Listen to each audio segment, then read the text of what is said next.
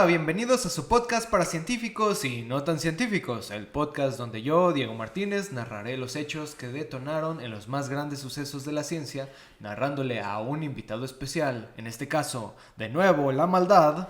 Si nos ven que estamos con la misma ropa es porque no nos bañamos en una semana. Sí, aquí está haciendo mucho frío, entonces, hola a todos. Y a ustedes jóvenes educandos en palabras asimilables, experimentos perturbadores e inventos asombrosos. Bienvenidos a Science Beach. Entonces, este es el segundo episodio especial de las dos partes de Spooky Octubre y Noviembre. Estamos a 3 de noviembre. Qué bonito es estar con usted, la maldad. Entonces, el gusto es mío. ¿Está listo? Listo. Muy Siempre bien. listos. Agárrese los calzones porque si el primer capítulo estuvo denso, este está el triple. Sí, ya le leí ahí Auschwitz, ya. A ver. En 1940, en Auschwitz, Polonia, el campamento de Auschwitz, como es la traslación alemana, como a lo que se decía esa ciudad en Polonia, apenas era un esbozo de lo que sería en un futuro.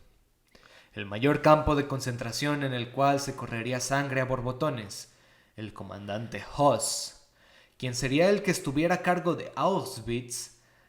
Hasta su captura se le pidió que se preparara para recibir 10,000 presos en ese campo de concentración, ¿sí? A ese campo como que nada más podía recibir pues menos de 1,000.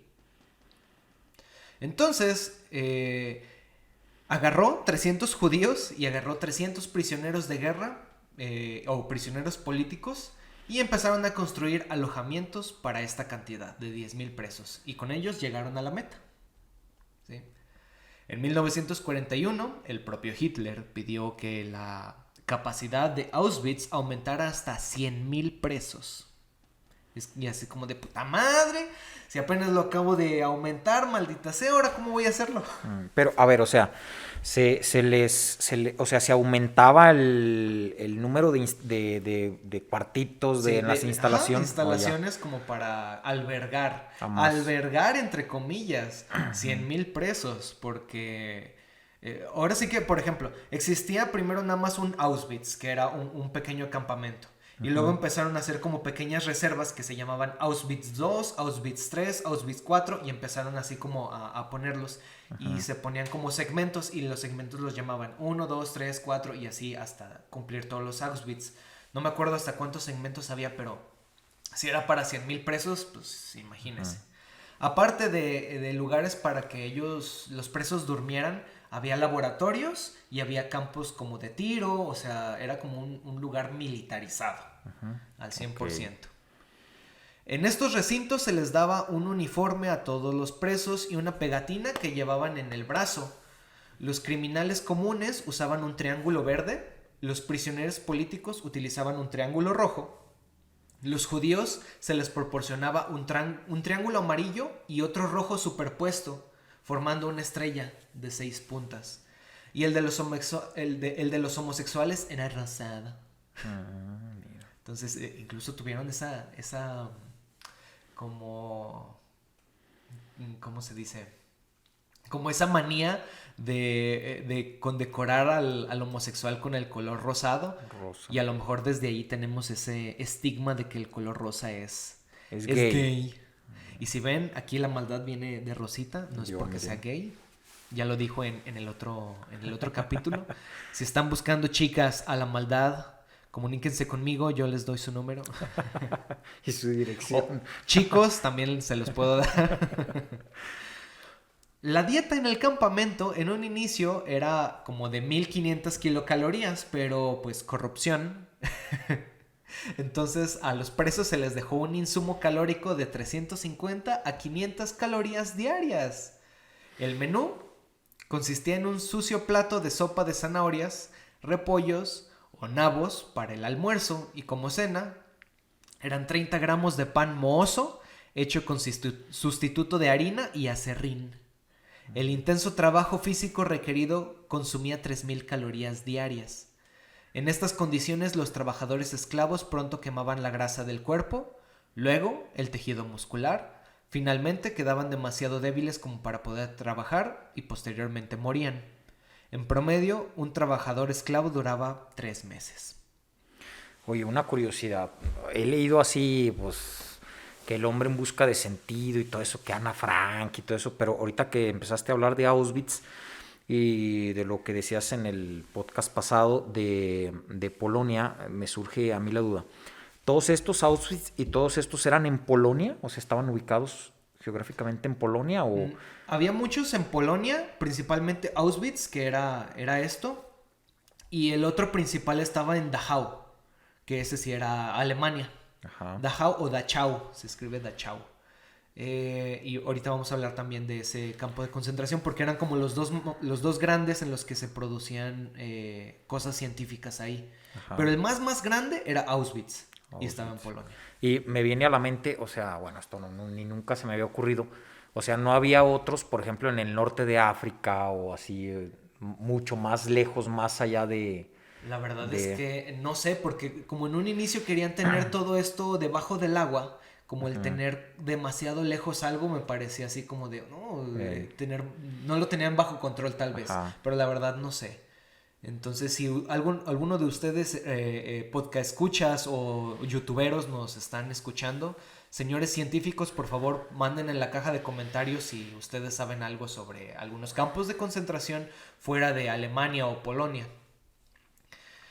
Bueno, todos estos esclavos podían ser vendidos a empresas si así se requerían, o peor aún, disponer de ellos para pruebas de laboratorio. En 1942, y bajo la orden del Führer, se inició un estudio científico para el uso de sulfonamidas. Vamos a iniciar con estudios medio macabros. La sulfonamida es un tipo de antibiótico, al día de hoy se utiliza mucho, como por ejemplo, pues lo que son trimethoprim con sulfametoxazol. El sulfametoxazol pues es un tipo de sulfonamida y es muy utilizado pues aquí en México. Pero bueno, ya se estaba utilizando en Alemania desde 1940, poco antes. El uso de las sulfonamidas fue por 2 razones, o sea, como de por qué ponen este estudio científico.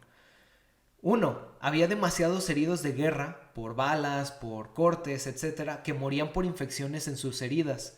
Y el problema es que no había tantos enfermeros y cosas por el estilo. Si recibías, por ejemplo, una bala, pues ahora sí que te tenías que curar tú solo. A veces tenías que quedarte con la bala y desgraciadamente pues eso, pues por eso morían, por la infección de las heridas. Se ponían sépticos y morían. Y la segunda es que no había suficientes cirujanos para tratar ese tipo de heridas. Entonces no podían extraer balas, tenías que cauterizarte y ahora sí que si tenías el uso del antibiótico te lo podías tratar tú solo y en una semana pues estabas como nuevo, ¿sí? El doctor Karl Gebhardt,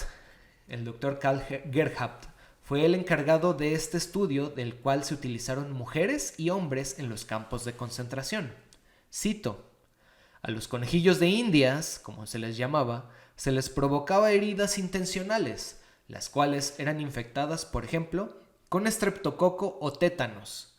La circulación sanguínea era interrumpida ligando los vasos sanguíneos de ambos lados de la herida para lograr una situación semejante a la de una herida sufrida en el campo de batalla.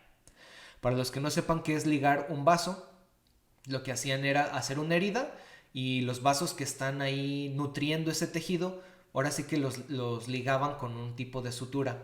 Entonces los tapaban, por así decirlo, y entonces ese tejido se quedaba sin riego sanguíneo. La herida se complicaba con la infección introduciendo de manera violenta astillas de madera y polvo de vidrio en las heridas, como para asimilar que fue un estallido, ¿no?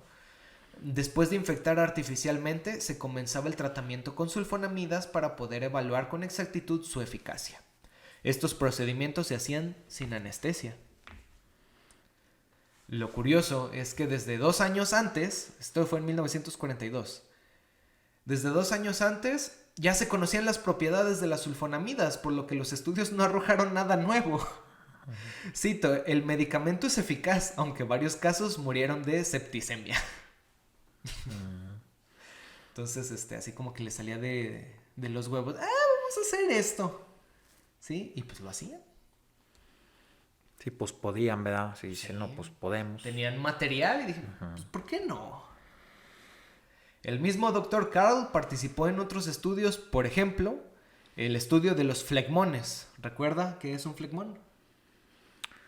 No, la definición exacta no me acuerdo, pero es así como un foco de infección, ¿no? No sé si tiene, qué característica especial tenía con pus y no sé.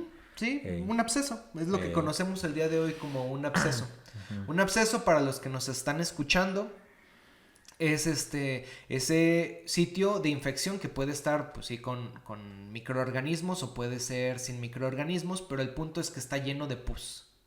La pus o el pus, como quieran llamarle, es un contenido que hace el propio cuerpo, que es de células inmunitarias, células muertas y secreciones ahí.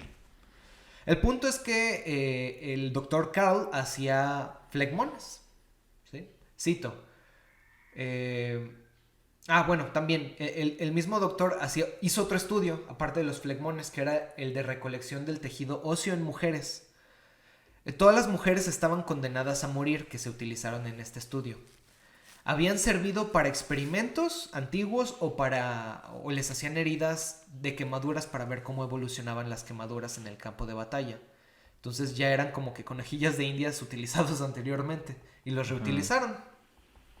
Estas mujeres les eran extraídos pedazos de hueso para injertos de manera ulterior, y estos pedazos de hueso debían de ser utilizados en investigaciones especiales para soldados en los frentes de batalla. Y nuevamente, todo esto era sin anestesia. ¿Y por qué lo hacían con mujeres? ¿Por qué? O sea, como que ser tan específico en que fuera hueso de mujer y no de hombre, La verdad o sea, es que general. no tengo idea. Okay. A lo mejor era como de, oye, ¿qué tienes ahorita? Así como llegaban al lugar donde despachaban los presos y, ¿qué tienes ahorita? No, pues tengo 10 judíos, 30 mujeres que pues han sido quemadas y he hecho varios experimentos, tengo 2 polacos, ¿qué gustas? No, pues dame las 30 mujeres, ¿no? Uh-huh. Era el material que tenía, pues, bueno, igual, quién sabe. El Dr. Carl entonces estudió los flegmones y esto consistía en provocar este tipo de lesiones que ya mencionamos en la piel de los presos. Eran abscesos de piel. Se formaban inmediatamente cuando les inyectaban de manera múltiple petróleo en la piel. Y otra manera de provocar esos flegmones era frotar por varios días con una solución de arcilla y ácido acético, o sea, vinagre, en los mismos lugares de manera continua. Se producían los flegmones cuando empezaban a secretar de manera purulenta y se recolectaba este contenido. Se recolectaba la pus y era mandada a estudiar a un laboratorio. Muchos de los presos murieron por las infecciones secundarias a estas lesiones. ¿Sí? Se ponían sépticos y se morían. Obviamente no les daban tratamiento para eso. Eran ahora sí que desechables. Al final de la guerra, Carl fue juzgado por el tribunal de Nuremberg y fue sentenciado a muerte. ¿Qué cree? También había interés en la patología y en la anatomía. El doctor Paul Kremer, profesor de anatomía de la Universidad de Münster, fue trasladado un tiempo a Auschwitz, donde mandaba asesinar presos por tener el diagnóstico de físicamente débil. ¿Usted sería físicamente débil? Yo sería físicamente débil. Muy débil. Bueno, actualmente sí, muy, muy débil. Ahorita con lo que es la pandemia, no importa cuándo veas esto, es pandemia. Con la pandemia sí, todos nos hemos puesto fofos y débiles. Y probablemente seríamos mandados a asesinar por el doctor Paul Kremer. Entonces, después de asesinarlos, mandaba esos cuerpos a la universidad donde él trabajaba. El doctor Kremer le interesaba, si a veces el doctor Kremer se interesaba por un caso en especial, de una persona igual en específico, lo mandaba a citar, le hacía una historia clínica extenuante y al poco rato de terminar la historia clínica llamaba a un enfermero para que le aplicara una inyección letal cerca del corazón a la orden de «resérvenme este para mí» y los diseccionaba. Kremer diseccionaba el cadáver de manera minuciosa, cuando terminaba, ponía en formol el hígado, el vaso, el estómago, y a esta mezcla le llamaba el material de frescura vital. Mandaba todos estos materiales, todos estos frascos llenos de órganos, hacia la universidad para que se analizaran después. ¿Qué tal? Pues hacía sus necropsias ahí, sus autopsias. Yo diría que a lo mejor también vivisecciones, ¿eh? No, eso no sé, a veces no se tiene como que constado, pero yo diría que también vivisecciones. Sí, pues hay como muchos, a lo mejor como no hay tanto material recaudado de eso, ¿no? Que tú puedas decir, pues sí, hay como muchas, ¿cómo se dicen? Como leyendas, ¿no? De lo que hacían, que quién sabe si sí sea cierto o no, ¿verdad? Pero sí hay como muchos videos de Dross que hablan de eso. Bueno, si no saben qué es una vivisección, básicamente es el abrir el cuerpo de un organismo vivo para poder estudiarlo. Y en este caso, pues se producían sin anestesia.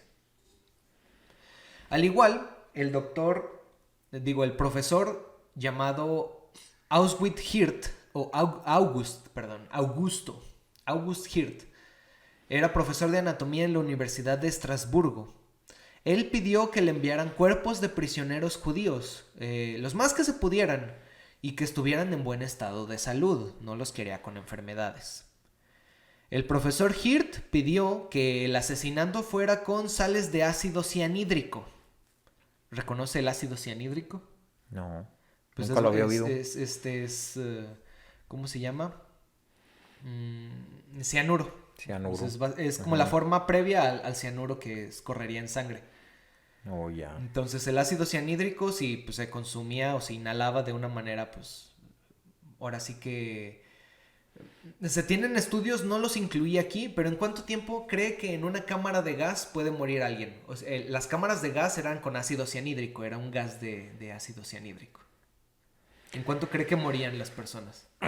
Bueno, yo creo que va a depender de la concentración, pero si era mucha, pues yo me imagino que sería lo equivalente a asfixiarte, ¿no? O sea, como cuando te están ahorcando. Imagínese, usted está en guerra. No tiene dinero para mucho ácido cianhídrico, estamos de acuerdo. Entonces vamos a suponer que es una concentración baja. No, si es baja, pues va a depender, ¿verdad? Tal vez muchos minutos o tal vez horas. El promedio era entre 20 a 25 minutos de muerte. Porque fíjate, me acuerdo el efecto del éter sobre una rata para que se duerma en una cámara de éter, pues ya ves que es como de 45 segundos, 45 algo así. Segundos. Entonces, igual si fuera una concentración muy alta, sería lo equivalente a asfixiarte. En 45 segundos estaría ya saturada la sangre de cianuro, ya estaría, ya no podría transportar oxígeno y yo creo que como a lo mejor en 2, 3 minutos, 4 ya pierdes el estado de alerta y en unos 10 minutos ya ha muerto. Pero... Cuéntenos, señor La Maldad, ¿cómo actúa el ácido cianhídrico, el cianuro, así de manera así como para personas de 10 años? Sí, usted que fue maestro de kinder. Pues lo malo es que no sé, a ver, no me acuerdo bien del mecanismo de acción, a ver, ahorita me corrige si es que tú lo sabes, el mecanismo exacto del cianuro, se une a hay ya ven que la sangre es roja porque tiene una sustancia que se llama hemoglobina y esta hemoglobina transporta el oxígeno. Entonces el cianuro se une a la hemoglobina y ya no le permite transportar oxígeno, pero no recuerdo si la unión del cianuro a la hemoglobina es como la del monóxido de carbono, es decir, que sea irreversible, que sea covalente, o que es una unión parcial, que se pega y se despega. No recuerdo, ¿te acuerdas tú? Me parece que a lo mejor, y sí, no me acuerdo bien específicamente si es de la hemoglobina, pero lo que sí sé es que se une a lo que es la cadena de transporte de electrones. En todas las células necesitan energía, todas y cada una de las que están formados un individuo. Y el detalle aquí entonces es que necesitan oxígeno, somos seres que necesitan oxígeno para poder producir energía. El cianuro básicamente se une a esta cadena de electrones para producir lo que es la energía, y entonces al pegarse el cianuro se deja de producir energía por esa célula. La célula entra en pánico y entonces se muere porque dice, no, pues ya no tengo energía, y entra en algo que se llama apoptosis. Entonces se muere. Entonces, alrededor de los 20 minutos llega al sistema nervioso, pasa la barrera hematoencefálica, que es la barrera que nos impide que nos intoxiquemos con muchas cosas. Y entonces, pues básicamente el cerebro se asfixia porque no tiene esa energía para poder seguir funcionando. Y sí, efectivamente, las personas que, pues, no es una muerte bonita. A lo mejor en las películas, no sé si usted ha visto películas que se tomaban las personas una pastilla con cianuro y ¡pah!, caían muertas. Pero eso no era así. O sea, duraba bastante tiempo para que murieran, ¿no? Si era una pastilla, pues en lo que se absorbe y le llega a todo el cuerpo, la persona empezaba a convulsionar. Y ahorita que dices eso, mira, yo ni sabía que actuaba en la cadena respiratoria. Pero si fuera puramente que actúa sobre la cadena respiratoria, yo creo que aunque la concentración alta sí llegaría a ser mayor, porque aunque no esté la cadena respiratoria, pues sigue funcionando la glucólisis y te sigue dando algo de energía, además de la reserva que ya tenías ahí, por ejemplo, los músculos como fosfocreatina, etcétera. Entonces yo creo que sí le tomaría más, pero ahorita me surge la duda de por qué el nombre de cianuro, ¿no? O sea, que provoca cianosis, es decir, coloración azul de la piel. Entonces, o sea, me surge la duda de lo que ahorita dices, si sí tiene efecto sobre la hemoglobina o no, o por qué el que aparezca la cianosis. Ahorita que estaba checando eso, 2 anécdotas así rápidas. No sé si usted vio una película, yo creo que es de los 2000, se llama Evolución.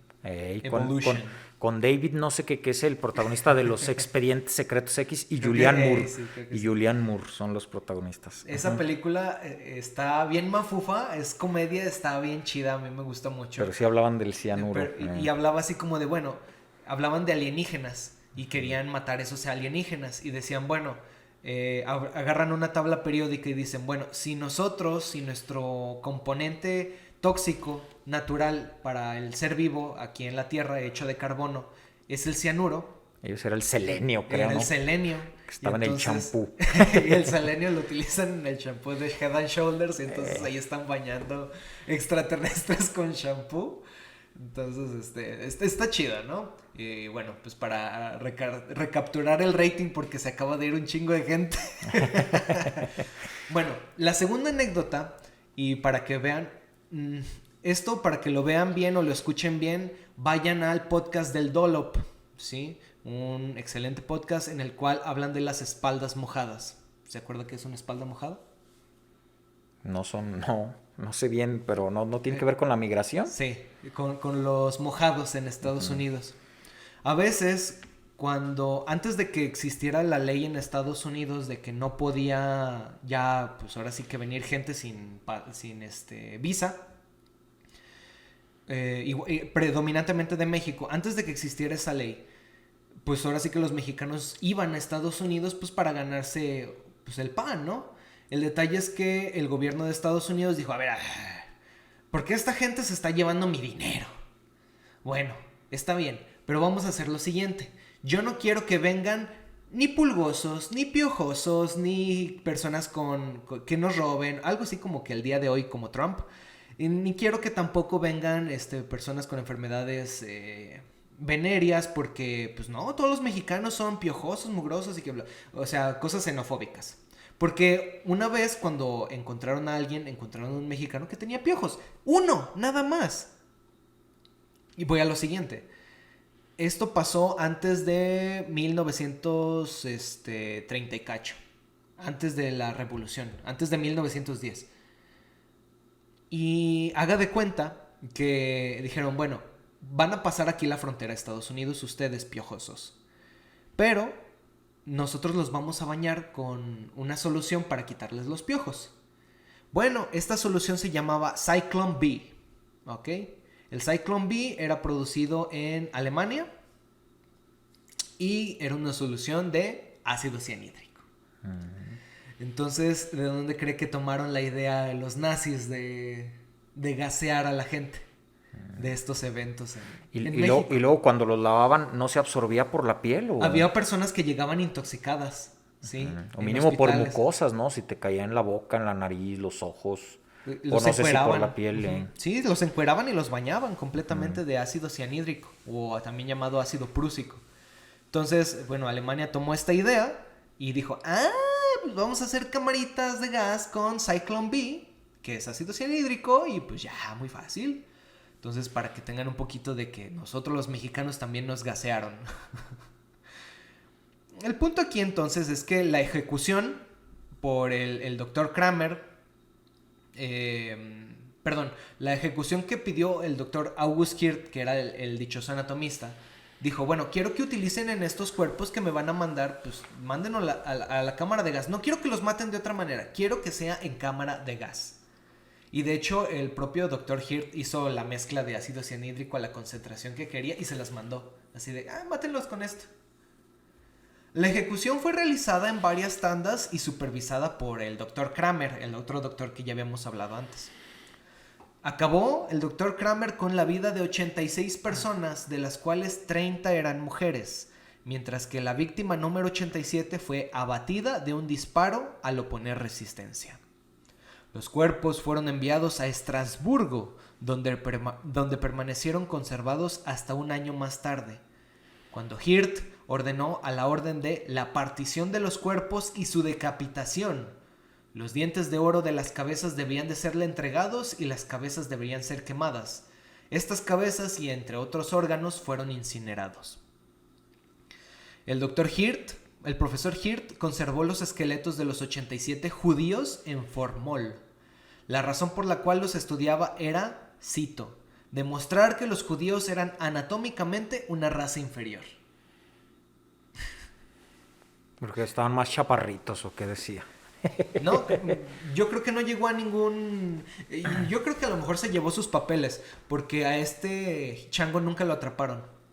Se logró escapar. Dicen algunas crónicas que llegó pues lejos de... más para Europa, más hacia lo que es el este, y de ahí se fue a otro lado. Sí logró escapar y a lo mejor se llevó sus estudios.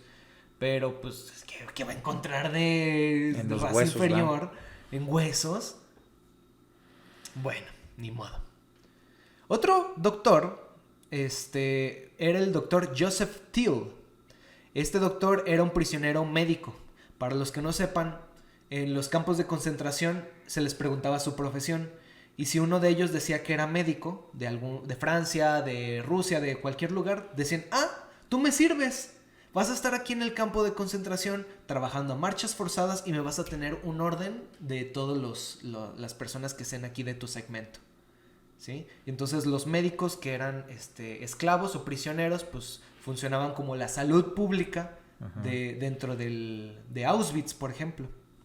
Eso fíjate que me recuerda a Víctor Frank, que hizo un libro que se llama El hombre en busca del sentido y era psiquiatra. Pero no recuerdo si en el libro dice algo de que él fuera, o si no les dijo, ¿verdad?, que fuera médico, que lo pusieran a trabajar algo así de la salud pública, pero no me acuerdo, lo leí hace mucho. Cuando Joseph Thiel fue liberado, o sea, él sí no lo mataron, fue liberado y declaró lo siguiente: las universidades alemanas estaban interesadas en el estudio de la tuberculosis también. Fueron abocados a estudiar la histología de aquella enfermedad. Por eso, se tuvieron que enviar muestras de pulmón sano para poder compararlas con el tejido de pulmón enfermo. Fueron enviadas más de 2,000 muestras de pulmón sano que salieron de gente sana que fue ahorcada o enviada a los hornos. Entonces ahí, pues, otra matanza como para investigación de histología de tuberculosis. Y está raro que los ahorcaran, porque cuando ahorcan a alguien provoca microhemorragias en el pulmón. El esfuerzo inspiratorio y expiratorio por querer respirar revienta vasos sanguíneos. Bueno, pero no querían, el punto es, no querían pagar. Ajá. No querían tener pues ahora sí que, voy a tener que comprar más ácido prúsico para matar a estos. Pues no querían. Sí, pues aprovechando lo que iba saliendo.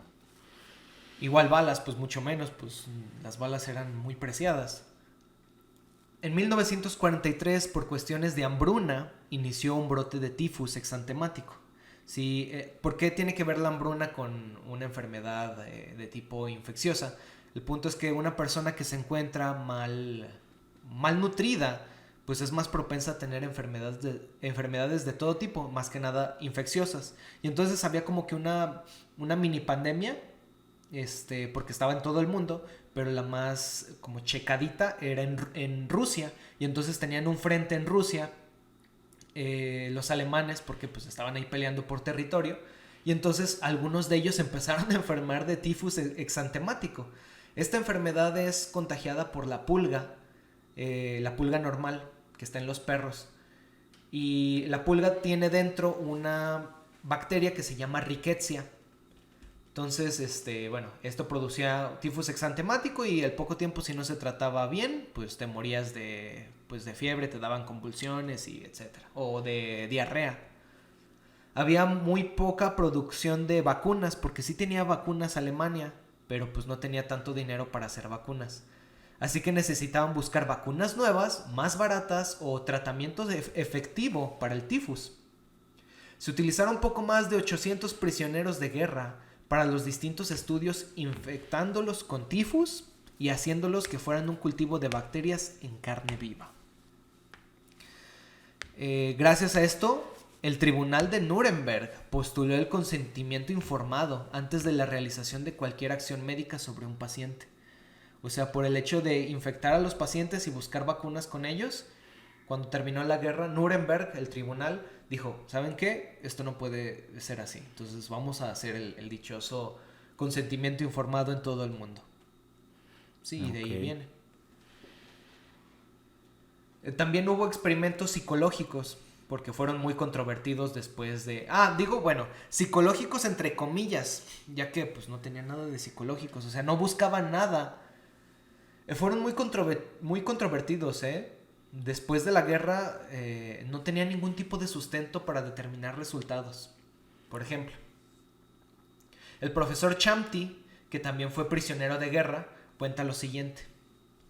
Un profesor de histología de Berlín tuvo la desfachatez de publicar en una revista científica alemana las observaciones desarrolladas sobre hemorragias, o sea, un sangrado, en el útero provocadas a mujeres por una mala noticia.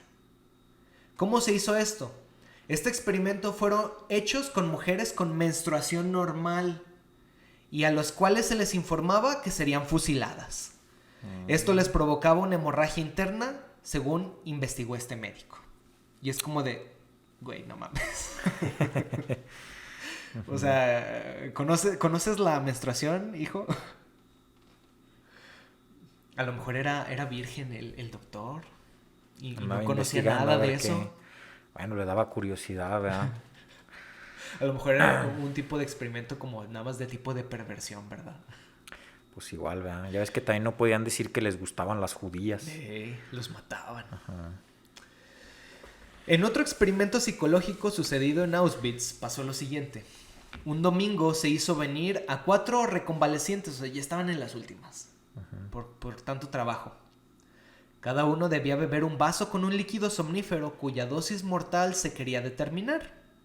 Estos medicamentos habían sido enviados a Auschwitz por las fábricas Chan Chan Chan de Bayer para que se experimentara con ellos.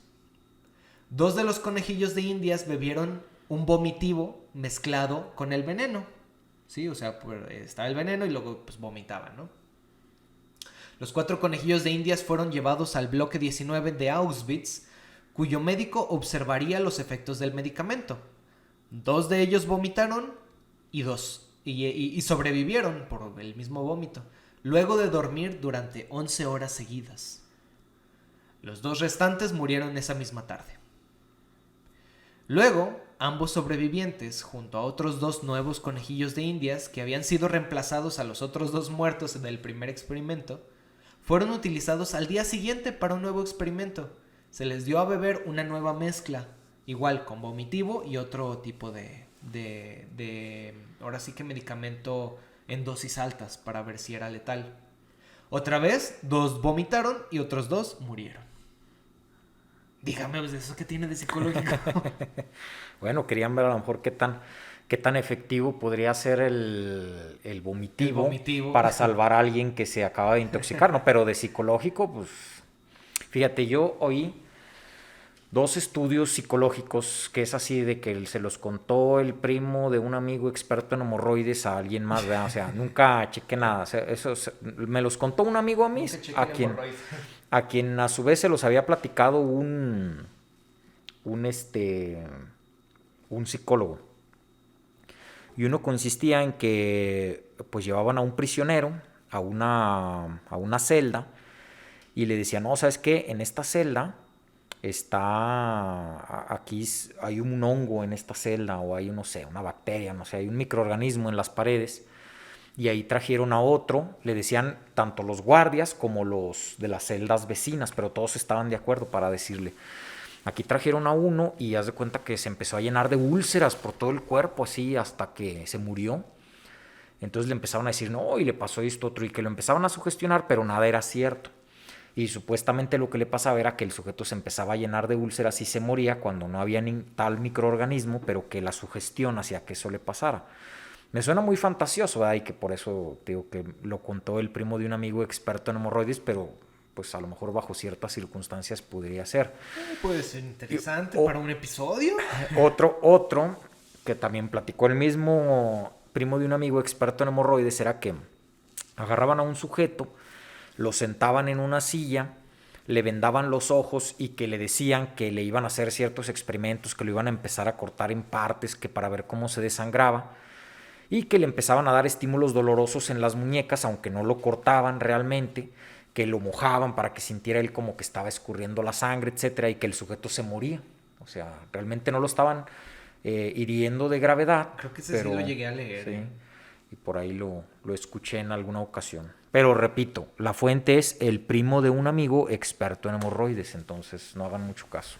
¿Y le vio las hemorroides? Yo no, pero tal vez el vez que me lo contó a amigo. mí sí. Sí, quién sabe. También es un misterio, como el saber si fue cierto lo otro. Es un misterio. El doctor Rasher fue un pionero en la medicina militar. Ya que se estaba llevando una guerra de aeronaves, había cosas que aún no se sabían y entonces pues él decidió pues experimentar. Él decidió empezar la experimentación en el campo de concentración de Dachau, que le digo, este era como el segundo más grande, ya en Alemania. Cerca de 200 personas del campo de concentración que ni estaban condenadas a muerte ni tampoco participaron voluntariamente en ellos, fueron sometidas a los más duros esfuerzos físicos, con repentinas caídas de presión y supresión del oxígeno provocadas experimentalmente. Esto pues por la razón, pues ya ve que cuando está a ciertas alturas, igual presión atmosférica, pues va disminuyendo. Aunque aumenta la concentración de oxígeno, bueno, pues no podemos respirar por cuestiones mecánicas del pulmón. Entonces ellos querían probar esto mismo, pero pues en una cámara que pusieron en Dachau. Eso les ha de haber costado carillo, fíjate, Sí. cómo sacar el oxígeno, no sé, de ahí y luego... Entonces quitaban una parte del oxígeno y pues aumentaban lo que era pues la presión o la disminuían y entonces pues ahí hacían lo que se le denomina el síndrome del buzo. Ajá, fíjate que eso me recuerda a la película de El primer hombre en la luna, no me acuerdo cómo se llama, es con el protagonista de El diario de Noah y de Cyberpunk, Cyberpunk 2077. No, ¡Pronto! No es Cyberpunk, es Blade Runner 2049. ¿Cómo se llama Ryan no sé qué? Bueno, se ve una escena donde va en el avión, entonces véanla, está padre esa película, y con eso inicia en que está haciendo pruebas y sube, entonces pues la presión del oxígeno y todo esto hace que se desmaye por ratos en el avión. Y de ahí supe cosas que pues no sabía de los astronautas, que muchos se mueren en esas pruebas, en accidentes, y él por poco se muere. Inicia la película en que por poco y se muere porque se desmaya conforme casi se sale de la troposfera. Ya pronto tendremos un episodio de astronautas, ¿no? Astronautas, muy bien. Bueno, de esos 200 prisioneros, de 70 a 80 de ellos murieron durante o inmediatamente después de estos experimentos. El problema era que Rasher no solo era poco profesional en sus estudios, sino que, o sea, mínimo las otras personas que experimentaban tenían como que, bueno, vamos a hacer esto, tenían su metodología así bonita, los resultados los publicaban así bonitos, bien, pero Rasher no, Rasher era un idiota. Y entonces sus estudios, a la hora de dar resultados, era poco preciso, pues solo reportaba de cómo se sentía el paciente o cómo se veía la disección del cuerpo. Y así de... Okay. Se había quedado con cara de terror a la hora de morir, ¿o qué? Sí, casi, o sea, no, mal hecho. De hecho, Rasher no esperaba que los pacientes murieran. Muchas veces hacía vivisecciones. Él sí hay reportes de que hacía las vivisecciones cortando el cráneo del prisionero para ver las burbujas de nitrógeno formarse en los vasos sanguíneos del cerebro. ¿Por qué nitrógeno? Bueno, cuando necesitas meter presión hacia un lugar, hacia una cámara, lo más común es meter otro gas. Y entonces este gas era nitrógeno y el gas nitrógeno desplaza lo que es el oxígeno y por eso podían sacar lo que era el oxígeno de la cámara. Más o menos así funciona un tanque de oxígeno en un buzo, por ejemplo. Fíjate que eso me recuerda, en una ocasión vi, no pregunten por qué es esto, una necropsia. Estoy llamando a la policía ahora mismo. Una necropsia médico-legal que hicieron unos individuos y que por alguna razón, yo sé de los datos que se obtuvieron ahí, de unas personas que se ahogaron, entonces presentaban espuma sanguinolenta en la boca, y así como había espuma sanguinolenta en la boca, se formaba espuma en los vasos sanguíneos por dentro y burbujas. Entonces al quitar donde me fijé, esto es el encéfalo, al quitarlo por las arterias vertebrales y las carótidas, burbujeaba. Entonces me imagino que el esfuerzo inspiratorio y expiratorio otra vez del remanente de oxígeno que queda dentro de los alvéolos en el pulmón hace que se revienten los alvéolos y los vasos sanguíneos y se empiece a pasar por presión el aire del remanente en los pulmones hacia el torrente sanguíneo y empiece a burbujear en todo el sistema. Bueno, no sé, me acordé que dijiste eso de que veía las burbujas que se formaban en el encéfalo. En el cerebro. Igual me acordé de la escena de Hannibal, cuando Hannibal Lecter le corta el cráneo a un sujeto consciente, está consciente. Y le corta un pedacito de cerebro y lo cocina y luego se lo da que se lo coma. O sea, me vienen mucho a la mente muchas cosas ahorita que escucho eso. Sí, pues está interesante porque de donde se basaron de Hannibal, pues es básicamente en la Alemania nazi, ¿no? Y él se crió como si fuera un nazi, aunque los detestaba, ¿no? Y por eso había visto muchas cosas de ese tipo que sufrían dentro del Tercer Reich. Rasher hizo otro estudio. Y este está interesante porque dentro de la fisiología, por eso conocemos mucho la temperatura del cuerpo. Y este sí sirvió para, ahora de lo que conocemos de cómo actúa nuestra piel y cómo actúa nuestro cuerpo hasta ciertas temperaturas. Ahora sí que sí sirvió, pero no porque Rasher hubiera hecho un gran trabajo. El estudio se llamaba el estudio congelamiento, el cual se metía a los conejillos de indias en tinas de agua con hielos durante 3 horas o más. Mantenían a los reos también desnudos a la intemperie en temperaturas bajo cero mientras gritaban por el congelamiento de las extremidades.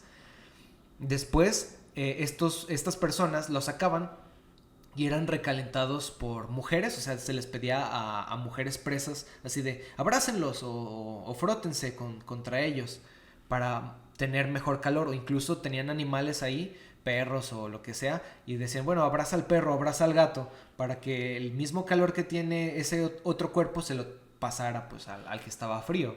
¿No le llegaron a hablar de casualidad por ahí a Sean de Andrómeda? Al caballero.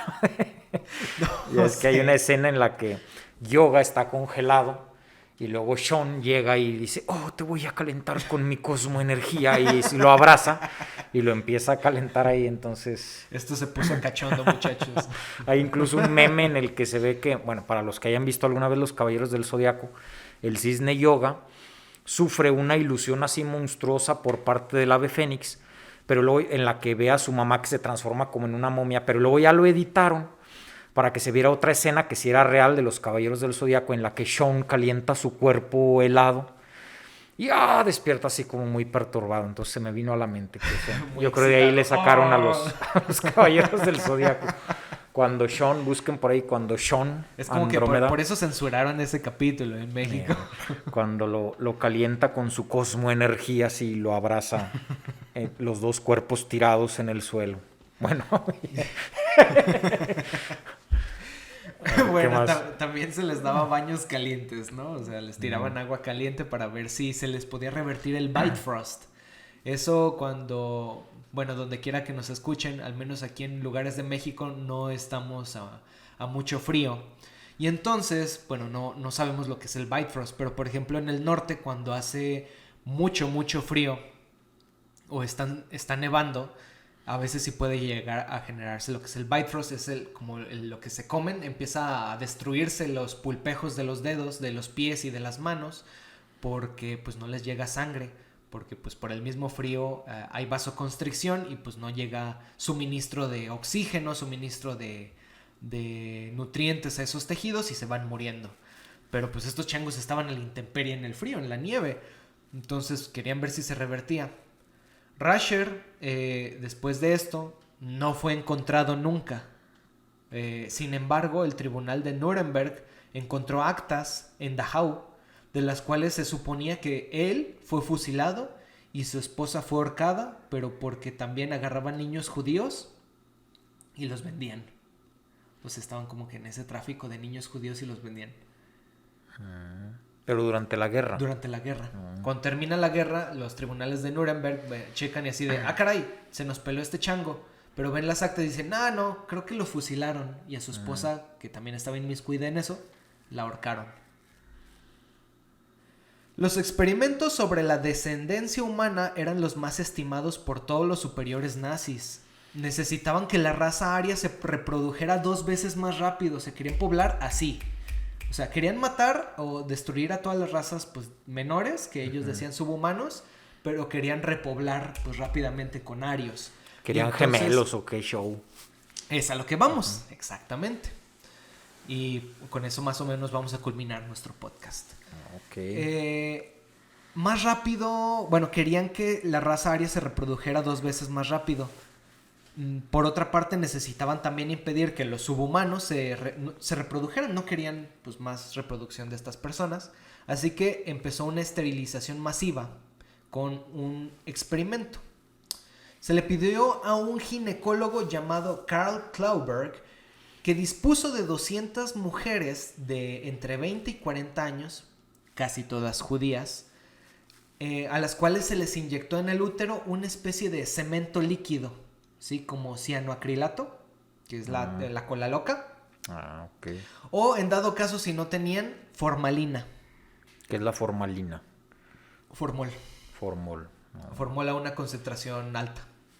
Con lo que esto era para causarles esterilidad, pues. Estas inyecciones provocaron terribles quemaduras internas a las víctimas, además de que muchas de las cuales murieron después del acto. Ellos no querían que tuvieran ejércitos de gorilas en la niebla. Ya ves que... bueno, Gorilas en la niebla es una película, bueno, para que no hayan visto, pero... ¿Qué es esto?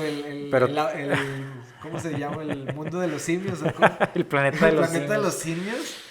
Bueno, no, es que el Hitler rojo, José Stalin, pensó en que podría ser como un ejército de hombres gorilas más fuertes y más así, y que ponían a las mujeres a que se reprodujeran con simios, que para ver si nacían unos gorilas en la niebla ahí o no sé qué. Entonces ahí famosillo. Entonces, ahorita que dijiste eso, dije, ándale, esto no se les ocurriría también ahí que tuvieran unos bebés gorilas o un no sé qué. No sé, están medios locos estos tipos, así que no me sorprendería ya nada. Bueno, sin embargo, había un médico científico aún más sanguinario que todos estos que hemos dicho juntos. O sea, imagínense uno, más sanguinario que todos los cabrones de los que hemos estado hablando. En 1943, este hombre decidía si un preso en Auschwitz iba a la cámara de gas, iba para algún estudio científico o simplemente iba a trabajar hasta su muerte. Cito: cuando nace un niño judío no sé qué hacer con él. No puedo dejar al bebé en libertad, pues no existen los judíos libres. No puedo permitirles que vivan en el campamento, pues no contamos con las facilidades que permitan su normal desarrollo. No sería humanitario enviarlo a los hornos sin permitir que la madre estuviese ahí para presenciar su muerte. Por eso envió juntos a la madre y a la criatura. Su nombre era Joseph Mengele, mejor conocido como el ángel de la muerte de Auschwitz. Joseph Mengele llegó a Auschwitz porque fue mandado ahí por el mismísimo Führer. Él hacía otros experimentos en otros lugares y era, me parece, profesor de algunas universidades, etc. O sea, era conocido el doctor. Simplemente, después de días de llegar a Auschwitz, porque pues ahí fue mandado por los superiores, un día mandó a más de 1,000 gitanos que él creía que tenía tifus. O sea, estos gitanos creían que tenían tifus y todos a la cámara de gas. Y los mandó gasear así, en un día. Nomás porque sí. Ni siquiera confirmó, no, nada. Van para adentro. Él, curiosamente, tenía, leyendo su biografía, tenía como que un odio, más que los judíos, a los gitanos. ¿Y sabe por qué? Porque desde la primaria le hacían bullying porque él tenía cara de gitano. Antes que ario. Yo creí que ibas a decir que le leyó mal la mano una gitana o algo así. Y se enojó porque le dio mala suerte. Los gitanos están raros, ¿verdad? Porque es así como que un pueblo que no tenía geográficamente una ubicación, ¿no? O sea, ellos que... No sé mucho de los gitanos. Son como persas. Uh-huh. Entonces decían que parecía persa. Sí, que parecía persa. No tenía como un ojo tan claro, tenía una cara más o menos ancha, dientes separados y se peinaba hacia atrás así, todo. Hubiera sido bueno que les pusieras una fotillo ahí de... Sí, se las vamos a poner para los que están en YouTube. Si están en Spotify, eBooks o iTunes, váyanse directo a YouTube, suscríbanse, denle like y mándenos besitos en los comentarios. O aquí a la maldad. Digan si sí se parece o no a un gitano. A un gitano. Algunos de sus actos más deleznables era inyectar fenol, como otro alcohol parecido al formol, petrol, igual otro, cloroformo, cianuro o aire, si no tenían los otros, directamente en el corazón de esclavos destinados a muerte. Otro era mandar fusilar mediante un pelotón, o incluso se tiene registros de que cuando llegaban las carrozas así con un montón de judíos, cuando decían, bájense todos, y las personas que estaban ya desnutridas o cosas así que no podían bajarse del camión, les decían, ok, ustedes están como diagnóstico de muertos, aunque estuvieran vivos, y los mandaban a gasear. A veces llegaban madres con los niños, y los niños pues ahora sí que, pues ya ve, en cuestiones de fisiología humana, la madre se desnutre y el niño pues está teóricamente más nutrido que la madre. Los niños estaban bien, eran bebés, pues ahora sí que recién nacidos, pero como el bebé no podía ni caminar ni levantarse, era diagnosticado como muerto. Entonces, él le gustaba tirar bebés judíos recién nacidos de los que llegaban a la caldera de la lavandería, porque era más fácil. Todo mientras silbaba canciones de ópera. Le gustaba mucho la ópera y cada vez que iba con su bastón, porque le gustaba ir con su bastón, golpeando prisioneros, iba silbando canciones de ópera. Pero lo peor no es todo esto. Sus más grandes experimentos fueron con gemelos, ya que él estaba seguro de que la respuesta a la manutención de la raza aria se encontraba escondida en estos especímenes. Mengele sometía a los gemelos que llegaban, judíos, todos, o sea, de cualquier raza, pero que fueran gemelos y de distintas, ahora sí que, edades, no importaba, el punto es que fueran gemelos. Los ponía a pruebas de radiación y mediciones de la capacidad para soportar el dolor. En una ocasión extirpó los ojos de 4 parejas de gemelos de origen gitano que había luego los asesinó y los mandó a estudiar, en ese orden. Primero extirpados, asesinados y luego mandado a estudiar. En otra ocasión, el ángel de la muerte infectó a gemelos judíos y húngaros con tifus y les extrajo sangre en varias etapas, siguiendo el curso de la enfermedad hasta su muerte, solo para ver cómo respondía la enfermedad en ellos, a ver si era diferente. Pretendía comprobar que en ellos las similitudes anatómicas y sus reacciones de determinados experimentos. Y eso era, por ejemplo, si uno de los gemelos moría, el otro lo asesinaban porque tenían que morir al mismo tiempo para poder comparar. Tras ello los diseccionaba con la intención de descifrar el secreto de la reproducción de la raza. Otra vez, en otra ocasión, Mengele forzó a 2 gemelas que apenas tenían pues alrededor de 12, 14 años a mantener relaciones sexuales con otros gemelos, aparentemente para descubrir si los gemelos producían gemelos. El culmen de su depravación llegó en el momento en el que pretendió crear siameses. Escogió a 2 niños gemelos de 4 años. Uno de ellos estaba jorobado. Ellos respondían al nombre de Guido y Nino. Cuando fueron devueltos a los barracones, 2 días después, estaban cosidos por la espalda hasta las muñecas, unidos incluso por venas. La gangrena se había apoderado de sus cuerpecitos y el olor era tan nauseabundo en medio del llanto ahogado de los hermanos moribundos que era insoportable. ¿Pero ellos eran gemelos? Eran gemelos, pero no eran siameses, o sea, eran gemelos. Ajá. Y entonces este chango, pues así de depravado, Los quería pegar. ¿Los pegó? Nomás porque sí. Aunque, pues, en teoría deberían de permanecer pegados, ¿no? O sea, si lo hacía bajo las condiciones de asepsia y antisepsia, no debería de haber rechazo, porque genéticamente son iguales. El complejo mayor de histocompatibilidad debe de ser igual y, pues, a lo mejor ahí se le chispoteó en la asepsia o no sé, que la infección provocara, pero en teoría podría ser, ¿no? Yo creo que a lo mejor y lo hizo nada más como para ver si sí. Aunque se tienen récords de que a algunos de sus gemelos que tenían como que rasgos más arios, los trataba muy bien, a veces les llevaba dulces, tenía como que un barracón específico de gemelos, tenían lugares para dormir, acolchonados, o sea, los trataba relativamente bien, luego los asesinaba, pero en vida, mientras tenía el prospecto, digamos, de tifus, por ejemplo, que estaban ahí viendo, que estaban enfermos, pues ellos estaban ahí bien comidos, bien. Le llamaban el tío papi o algo así. Dale, el sugar daddy. El sugar daddy. Oye, y de los otros gemelos, los que eran 2 gemelos y 2 gemelas y que tenían bebés, no llegó a ninguna conclusión, porque sí hay un patrón hereditario, ¿no? De los gemelos homocigóticos. Sí, hay un patrón hereditario, pero él no lo descubrió.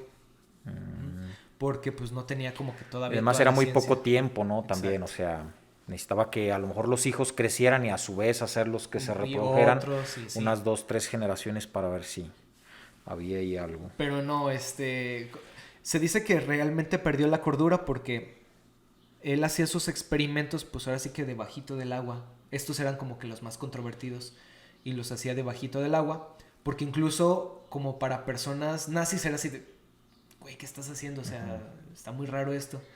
Y él tenía una esposa y tenía un hijo. Y él, por ejemplo, nunca hablaba de su esposa y así. Cuando su esposa descubrió lo que estaba haciendo en Auschwitz, se divorció de él. Y entonces probablemente tal vez por eso cayó igual en la locura y empezó con pendejada y media como esto. Entonces sí, fue horrible un poquito de eso. Bueno, básicamente hemos terminado con el podcast. Así termina los terribles experimentos nazis, que se hicieron muchísimos más, pero estos fueron como los principales. ¿Algo que nos quiera agregar la maldad? No, pues ya hablé de los gorilas en la niebla, de todo. Ya me quiero ir. Ya no se me ocurre nada más. Estoy llamando a la policía inmediatamente. Bueno, pues muchas gracias por escucharnos, muchas gracias por vernos. Ya saben, suscríbanse, denle manita arriba, denle en corazona, pónganos cositas bonitas. Si nos ponen cositas feas, pues también las vamos a leer. Suscríbanse al grupo de los científicos, ahí vamos a estar publicando muchas cosas preciosas. Y pues nada, los dejamos aquí. Cámara, morros. Adiós.